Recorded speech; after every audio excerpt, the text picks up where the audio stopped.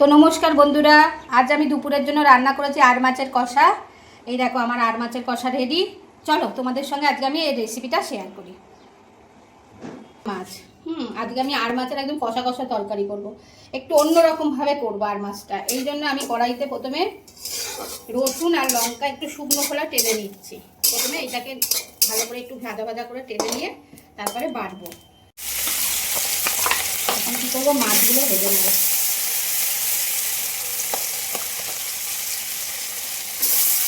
দেখো আমি সব মাছ সুন্দর করে লাল করে ভেজে নিয়েছি।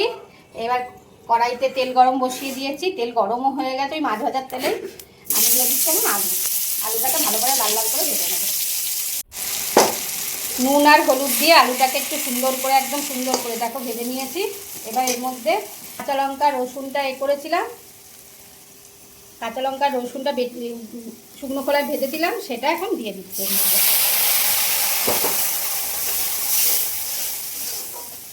মশলা প্রতিদিনের ব্যবহারে জিরে গুঁড়ো দিলাম, একটু ধনে গুঁড়ো দিলাম, জিরে গুঁড়ো আরেকটু দিলাম, দিয়ে সুন্দর করে কষাবো। নুন হলুদ তো আগেই দিয়ে দিয়েছি, এবার কষিয়ে নেবো সুন্দর করে।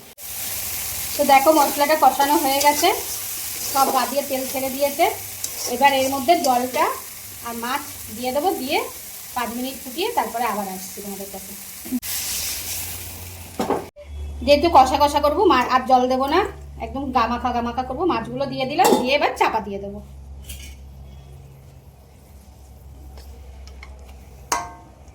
চলে এসছি, এই দেখো ফুটে গেছে সুন্দরভাবে, একদম আলুও সিদ্ধ হয়ে গেছে, মাছের ঝোল একদম রেডি আমার।